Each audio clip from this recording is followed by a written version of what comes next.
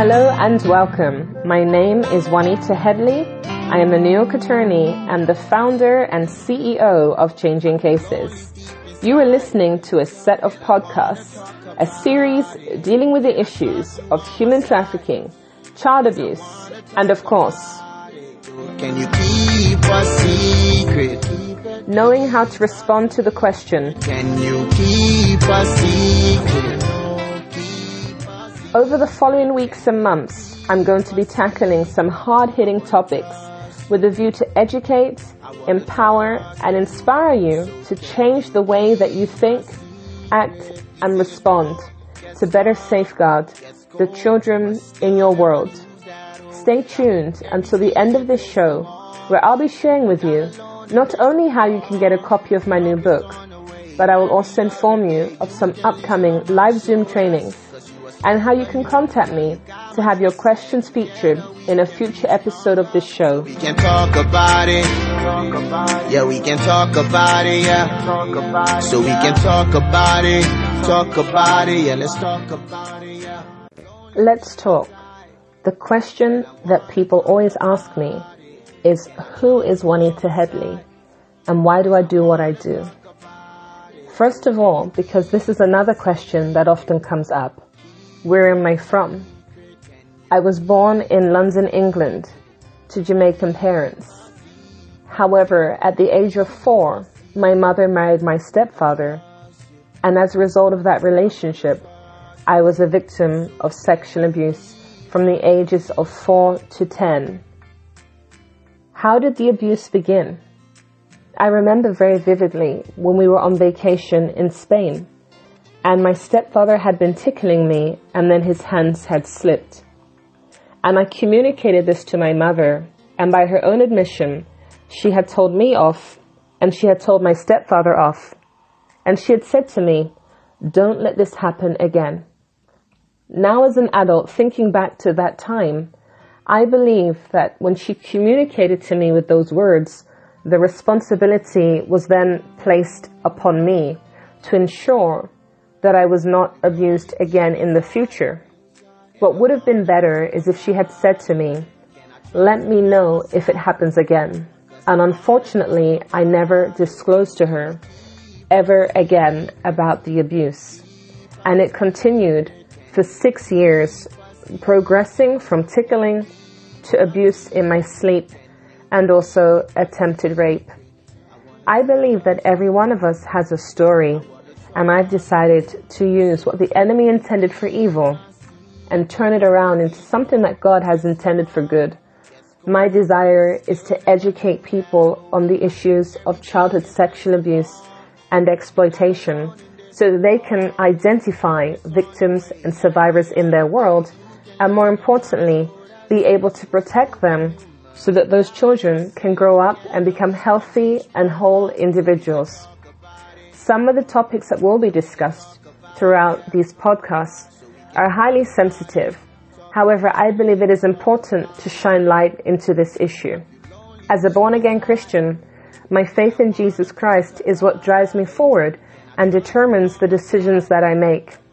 The Bible says that people perish for lack of knowledge, and the sad reality is a lack of knowledge is what often results in children experiencing abuse and the abuse continuing because the people around them don't have the knowledge to identify suspicious or even inappropriate behaviors. There is no typical abuse story. Abuse should never happen, and I'm sure that we all agree with that. But unfortunately, there is sin and there is evil in the world, and as a result of that, there are many victims and survivors, both male and female, who have been violated.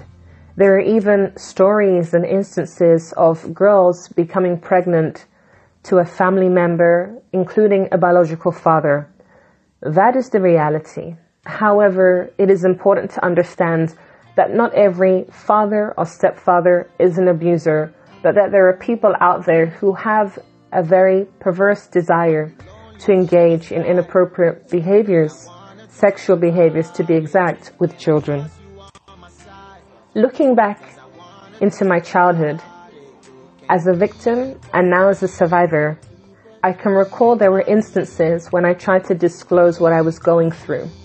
However, I have to point out that it's often very difficult and it's incredibly uncomfortable to talk about sex, let alone sexual abuse, as a child with an adult who has the power and the capacity to be able to protect me. And I remember sharing with my grandfather and my aunt through the question, can you keep a secret? And I remember with my grandfather specifically, when I asked him that question, his response was, it depends. For me, hearing it depends and being told that he would reveal the information to my grandmother placed fear within me and stopped me from disclosing what I was going through. What's sad about the whole thing is I would ask my grandfather on multiple occasions that very same question, can you keep a secret? And his response was always the same, it depends. And that is where the song and my book, that's where the theme, the name, the tagline came out of. It came out of my own story of asking that question and not getting the correct response. And I understand that a lot of people who hear that question immediately think the worst, and they acknowledge the fact that, truthfully, they maybe have to reveal that secret. And so giving that word of caution is their safety mechanism. However, from my own experience, I don't believe that is the best way forward. Instead, I believe that when the question is asked, can you keep a secret? The appropriate response is to say yes or something else affirmative. But in your mind, in your head, say it depends. Because once you've heard that question, you can then make a determination as to what you will do with that information. Now, I understand that in certain fields of employment, in certain occupations and careers, that there is a legal requirement, such as with therapists and counselors, for them to communicate to their clients that depending on what is shared, that therapist or counselor will have to take that information forward to safeguard and protect themselves or someone else. I understand where that is coming from, but I believe that there'd be a more effective way to get a person to open up. Because I know for myself, if I wanted to share something with a counselor and then they warn me that they're going to reveal that information if somebody's in danger, I would be much more reluctant in opening up to them because of the fear that I would have. Despite this, I want people to know that my advice is not contrary to the laws of the land. My advice is when you're dealing with a situation outside of your work environment. So if you're a therapist or a counselor, the advice that I give and the response that I suggest is when you're at home, when you're with friends and family and you don't have on your therapist or counselor hat, you're outside of your place of employment and somebody is talking to you just as a friend, as a relative, as a family member. From my experience, the question, can you keep a secret? It is a really important question, especially when it is asked and how it is asked. Now, even with adults, with professionals, even for myself, whenever I want to disclose anything personal to another person, I will ask them, is it confidential? Is it going to stay in the room? Is it going to stay between us? I use any of those variations. I even sometimes just ask point blank, can you keep a secret? And I ask that because I want to be transparent, I want to be open, but I want to feel confident that when I disclose this information to them, it will not go any further. It's going to stay in the room between me and that person. I am strongly convinced that when a person asks that question, can you keep a secret? They're trying to tell you something. It is a cry for help. They need intervention. And for that reason, I am convinced that the best and only response to that question is yes. for you to say yes to the question, to hear their response, and then to react appropriately. Whenever I give presentations, I break it down very simplistically. If a person comes to you and asks, can you keep a secret? You respond yes with your mouth, and it depends with your head. Once you've heard that secret, the next thing that I encourage people to do is to have a conversation. Now, it is not about being scripted. There is no script. It depends on what's been disclosed. It depends on the circumstances.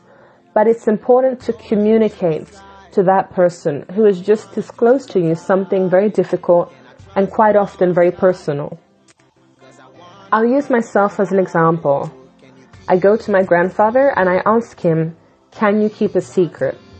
Now, if we could turn the clock back, he would have responded yes. With the knowledge that he now has, he would have said yes.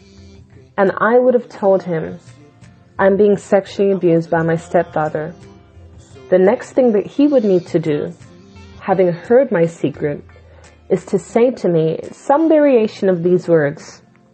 Juanita, what has happened to you, it is not your fault.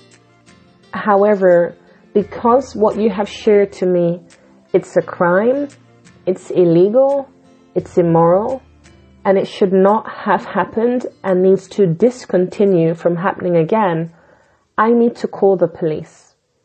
And then the correct thing for my grandfather to do would be to call the police. The reality is what usually happens when a disclosure has been made.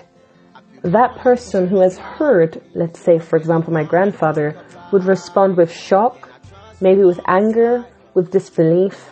And that reaction and response is being projected to the victim survivors, such as myself, who may believe that they are to blame, that they are responsible. It is very difficult to hear news like that and to not immediately respond.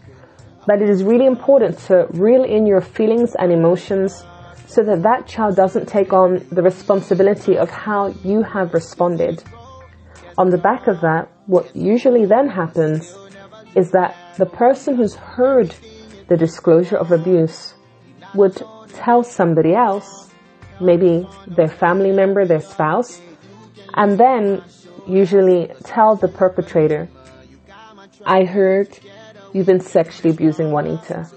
And that is categorically the worst decision and the worst thing a person can do after hearing of a disclosure of abuse. Instead, the right thing to do is to call the police immediately. Not to report this to anyone else, not to a family member, not to a spouse, but to allow the police to do the investigation. Because realistically speaking, if my grandfather had said yes, and I disclosed, and he told my grandmother, because of the type of person that she is, she would have called my stepfather and would have asked him if he'd abused me. And as I'm sure you could all assume rightly, he would clearly deny that. There are many cases where a person is accused of something that they have done and goes to court and pleads not guilty. And even when convicted, they claim innocence. What more when it's a family member in the confines of the home and there is no police involvement? It is completely reasonable to assume they would deny that allegation so that, number one, they could continue to abuse, and number two, they would go undetected and there'd be no police involvement. It is therefore your responsibility upon hearing the disclosure to first discuss your decisions to safeguard that child with them, and then to go ahead and implement everything you've just said you were going to do. Because number one, a person who has abused will most likely deny it. And number two, if there is any evidence of the abuse having taken place, they will hide or destroy the evidence. It is really important to allow the police to do their investigations, to allow the police to do the digging. If that allegation is unfounded, the evidence will show that. However, if that allegation is true, the evidence will show that also. I understand that some people can be uncomfortable using the word yes because there's that fear of the unknown. What if the secret is about something criminal? I don't want to get myself caught up in that. Remember, the question is simply, can you keep a secret? And let's be realistic. We can all keep secrets. So, truthfully, you can keep a secret. And as someone mentioned to me once before, you can keep a secret. You're not saying that you will, but you certainly can. Because when you've heard that disclosure, there may not be any reason for you to share that secret. So in such an instance, you can keep that secret. But I think it is really important to understand that that person wants to open up and needs to feel comfortable to open up. And the it depends, as I have seen and even experienced, the it depends often creates fear, and that person will most likely not tell you the true extent of their secret, or maybe doesn't tell you their secret at all. Think of it this way. The sooner you hear the secret, the sooner you can help. And if there are other ways for you to communicate affirmatively to that child, then absolutely do that. Because some people wouldn't want to use the word yes per se, but are able to use other language to get that child to open up. And it's not about the yes word, it's about being affirmative, giving that child, that adult, whoever it is, a platform to share where they don't feel judged, they feel listened to, and they know that you are willing to help in whatever capacity that you can. I heard of a story of a young girl. She was around 7 years of age in the United States, and she had disclosed at school, "Daddy is eating my cookie." Now, when she shared that, unfortunately, the people who heard that did not realize that the term cookie was what she was using to define or describe her private parts.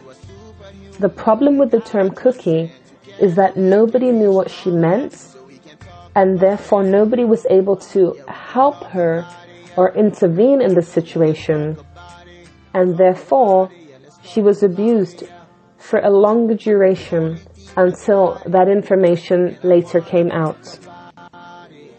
The problem with using words like cookie, pumpkin, or butterfly to define or describe a child's private parts is when a child does disclose that they're being abused using the wrong language, whoever they disclose that to, if they don't know that the word cookie or pumpkin is in reference to their private parts, that child cannot get the help that they need.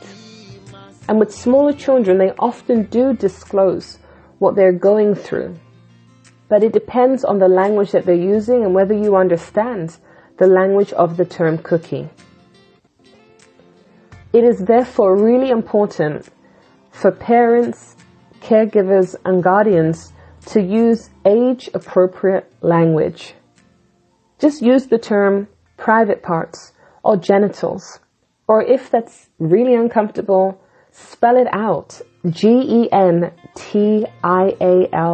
genitals. You want to use a language that is universally known. Even if the language cookie is universally known, that is not what it is called. It is private parts. And like I mentioned earlier, when a disclosure of abuse is made, there is often disbelief. So using cookie really is an ineffective way to describe the private parts. Even more so if a child says, "Daddy is eating my cookie." The people who hear that, who know Daddy, would be unlikely to believe it's in reference to the private parts because they know that person. And what you have to understand is that when a person is being abused, the abuser is quite commonly somebody that they know. Stranger danger is often something that children are taught from a young age, and that is important information, but the reality is that most abusers know the child that they're abusing or even have a relationship with them. Knowing them doesn't have to mean an intimate relationship. It could be a bus driver. It could be somebody from a local corner shop. The point is, abuse usually takes place by somebody that you know, and incest is very rife in all communities. Abuse and exploitation are equal opportunity employers. They do not discriminate. Just as with the recent virus that we have had, does not discriminate against ethnicity, celebrity status, marital status, abuse affects people all around the world. This is a sad reality, but we all have the ability to protect the children around us, and that is why it is important for us to get knowledge so that we know what signs to look out for, how to identify a victim or a survivor, so they can indeed get the help that they need to have a healthy and whole life. Contrary to popular belief, abused children do not become abusers. It is not as simple as 2 + 2 is 4, because a lot of people believe that, and that is a lie. I am not an abuser.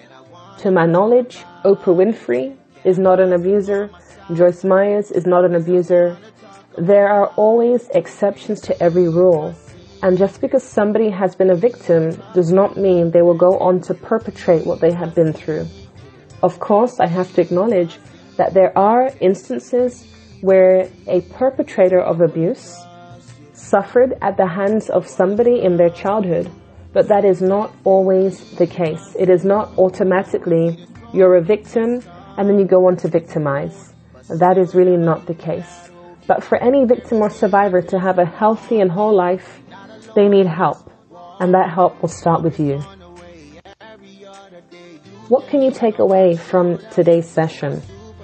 Use the correct language when talking to children about their private parts. Respond correctly to the question, can you keep a secret? Say yes with your mouth. It depends with your head. Tell the child the next steps you're going to take, and take those next steps by informing the authorities. That child needs your help.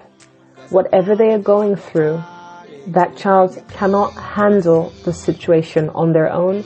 They cannot deal with all the emotions on their own. They need support. Support number 1, protection. Support number 2, somebody being able to come alongside them and let them know that they are not at fault. Because a lot of victims and survivors feel responsible because of what was perpetrated upon them. And that child needs to know that they have done absolutely nothing wrong. From this day forward, change the way that you interact with the people around you. Read between the lines. Don't just listen to the words that comes out of a person's mouth, but look at their body language. Read what else you're seeing, because often people are trying to communicate more to you than just the words that they say. And understand that often a victim or survivor of abuse may struggle to even be open and share with you that they've been abused. Understand that they may often deny the fact that they've been abused. But just because they deny it doesn't mean to say that it did not happen. When I was around 15, my father asked me, my biological father, he asked if I'd been abused. And I said no. I lied to him. Sadly, he never asked me again. It had stopped years later, but that is hardly the point. I was still afraid to open up and to disclose what I had been through. What I was afraid of, I really don't know. My stepfather had never threatened me into silence.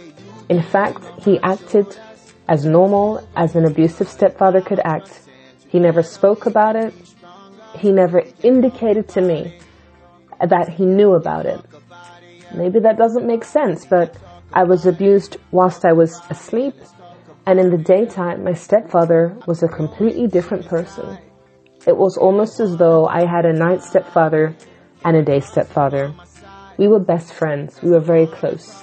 And that's why a lot of people found it hard to understand that I was a victim, because I did not dislike him or hate him. I was groomed. And that's something we'll pick up in a future episode. Grooming, what that looks like, and how grooming can shape the way a person thinks and perceives their perpetrator. To learn more about these issues, tune in over the next few weeks. And of course, as I said at the beginning of this podcast, I do have a book called Can You Keep a Secret that goes into a lot of detail on the topics of abuse and exploitation. If you would like to get a copy of this book, you can contact me on my Facebook, Changing Cases, Changing CASES, via my website, changingcases.org. Alternatively, if you would like to attend my Zoom meetings so that you can get more information on this topic, the Zoom meetings are free of charge. There is absolutely no cost to attend the Zoom meetings. They are as interactive as they can be in the 1 hour duration, with an optional 1.5 hour at the end, which allows for more participation and discussion from the audience. Completely free. Why? Because I don't feel it's appropriate to charge people to be educated and empowered on these very important topics and issues. You can contact me on my website, changingcases.org, or alternatively, you can WhatsApp me. My number is +1 868 740 1008. That is +1 868 740 1008. So you can learn more about this issue, and beyond that, you can take that information away to protect and safeguard the people in your world. Thank you so much for listening. I look forward to you joining me on my next podcast. Don't forget to subscribe and please share with friends. A secret, keep a secret. Can you keep a secret? Keep a secret. Can you keep a secret?